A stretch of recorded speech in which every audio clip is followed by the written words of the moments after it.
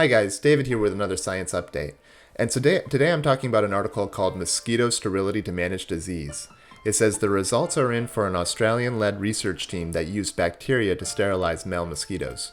And I thought this article was particularly interesting when compared to other methods for handling mosquito populations, especially disease-bearing mosquito populations. In particular, I'm thinking about the use of pesticides, and I'm also thinking about the use of genetically modified mosquitoes. So we'll go through this article here and then talk about some of these other methods to handle mosquitoes and maybe get a sense of whether one seems better or one seems worse with reference to what's called the precautionary principle. I should stress that I'm not an expert at all in mosquito biology, so take everything I say with a grain of salt and let's just enjoy the science. The article says sterility may be the answer to eradicating mosquito-borne disease in Australia, a breakthrough study shows. In particular, they're targeting the disease-carrying mosquitoes that spread dengue, Zika, and yellow fever. So the researchers used the bacteria Wolbachia to sterilize 3 million male mozzies. That's a term I learned just now. Mozzie is slang for mosquito, I guess, in Australia and New Zealand. And they sterilized these 3 million male mozzies and released them into the trial site. The males promptly went off to find females to mate with. And what happens is when they mate with these females, the Wolbachia bacteria kills off the eggs, dramatically decreasing the number of larvae that eventually grew to adulthood. And what they found is when they returned to the they released them into the trial sites, I guess 3 different trial sites. So when they returned to the trial sites, they found that the sites were almost completely devoid of mozzies. During the trial, we saw over 80% of the mosquito population suppressed across 3 trial sites. When we surveyed the sites the following year, the suppression was still in effect, with one of them are the most productive towns for this particular breed of mosquito, almost 97% reduced in the following year.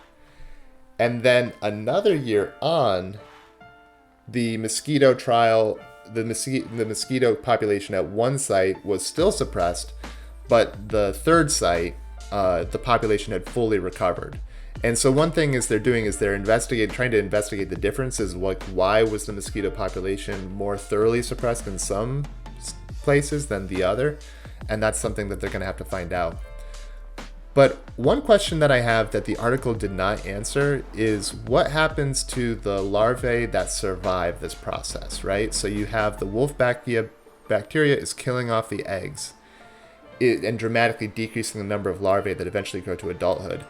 What I want to know, and this is critical, is let's say for a particular group of larvae that have the bacteria, are all of them dead or does like a couple of them survive? Because if a couple of them survive, then you might be able to argue that these surviving larvae are now resistant to the Wolbachia bacteria. So I don't know the details of this study, but if they are bacteria resistant, then this means that this strategy is pretty much like a one and done, because future generations will essentially have evolved through natural selection to be more resistant to this bacteria. And that idea that the method of killing off the mosquitoes is actually a means for, in some ways, kind of like improving the mosquito's survivability over time is also present in other ways to deal with mosquitoes. So for instance, it's well known that heavy pesticide use in various places to reduce mosquito populations has actually caused the evolution of strains of mosquitoes that are pesticide resistant through, again, the stressors of natural selection. What's interesting is to contrast this, though, with maybe an even riskier approach to handling mosquitoes, and that's using genetically modified mosquitoes. And let's look into that a little bit and then talk about the precautionary principle and how that pertains to this. So I'm looking at this article from earlier this year that says first genetically modified mosquitoes released in the United States. Says, after a decade of fighting for regulatory approval and public acceptance, a biotechnology firm has released genetically engineered mosquitoes into the open air in the United States for the first time.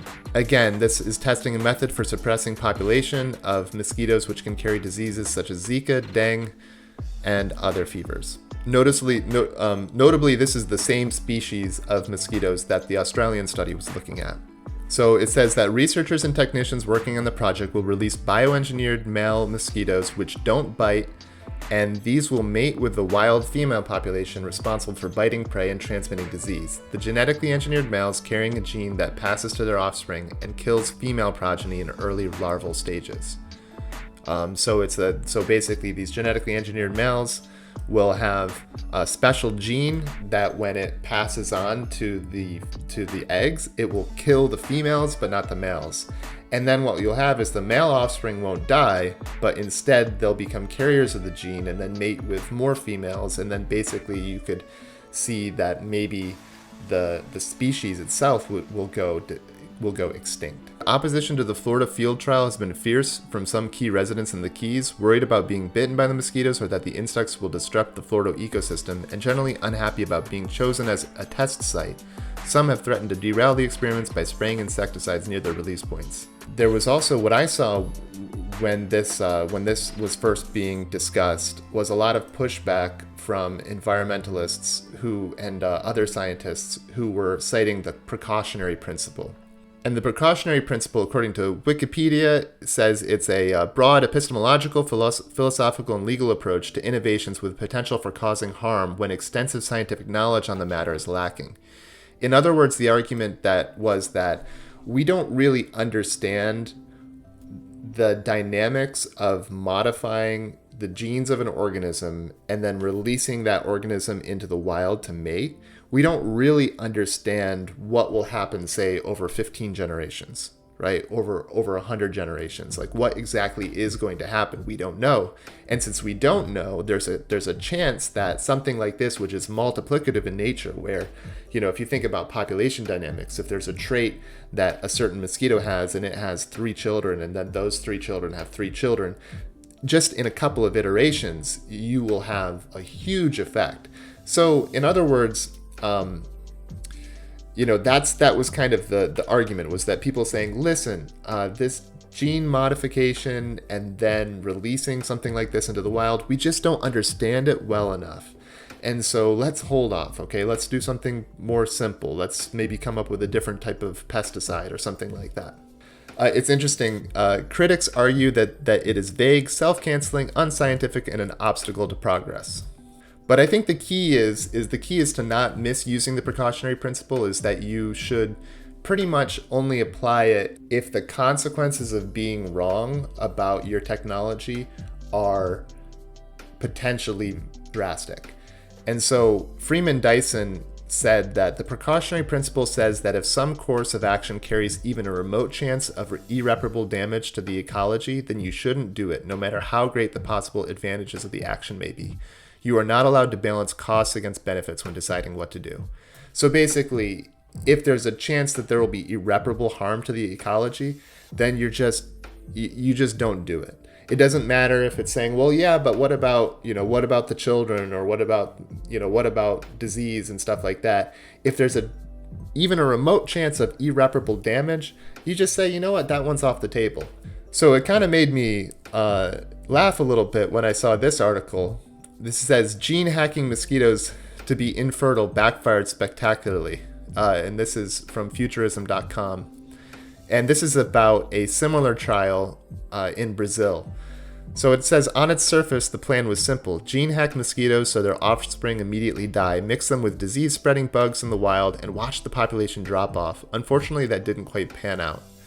The genetically altered mosquitoes did mix with the wild population, and for a brief period, the number of mosquitoes in Jacobino, Brazil did plummet, according to research published in Nature Scientific Reports last week. But 18 months later, the population bounced right back up. New Atlas reports, and even worse, the new genetic hybrids may be even more resilient to future attempts to quell their numbers. They say the claim was that genes from the release strain would not get into the general population because offspring would die. That obviously was not what happened.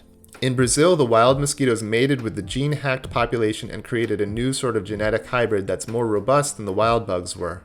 So they accidentally bred a super mosquito. So that's kind of like like a very quick unintended consequence. That didn't take long. So I don't know if this is the same company that is active in Florida right now, but it's really interesting to see this. So I just thought that was an interesting thing overall. Mosquitoes, I've heard it cited as they're the most deadly predator to mankind because of the diseases that they spread, and I haven't verified if that's true or not, but you can look it up. But just generally speaking, these different ways to handle the mosquito population, I think we should think about it really carefully to make sure that we're not taking a small gamble with irreparable damage to the ecosystem. Now, on a different note, another article that I thought was pretty interesting today is called "Comb Breathalyzer is now 1,000-fold more sensitive to disease biomarkers." And this is about a breathalyzer test for all kinds of different diseases. And so this technology has been around for a little while. It's called a comb breathalyzer, but what these researchers did is they basically made it a lot more sensitive.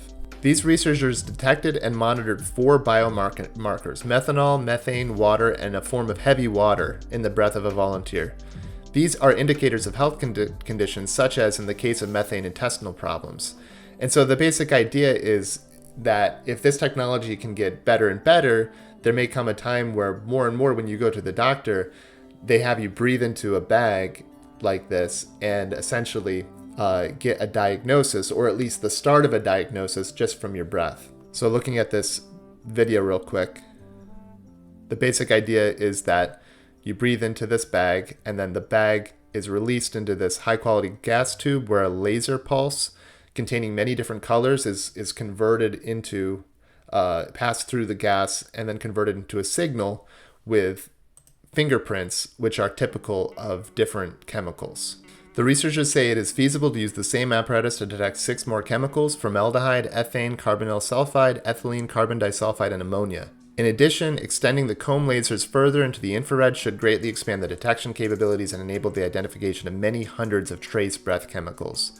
And the idea is that different diseases will have their own sort of fingerprint with this test. So it looks like what they're doing in the future is they're trying to engineer this to be a little bit more practical for use. For instance, they're engineering a compact version of the breathalyzer, and they're looking into how they can take the rest of the assembly and make it a little bit more compact. So that's very cool, and I hope to see more updates about this research in the future. Well, thanks again for watching. This has been another Science Update. If you enjoyed the conversation, I hope you will like the video and subscribe, and join me again in the future soon. Bye.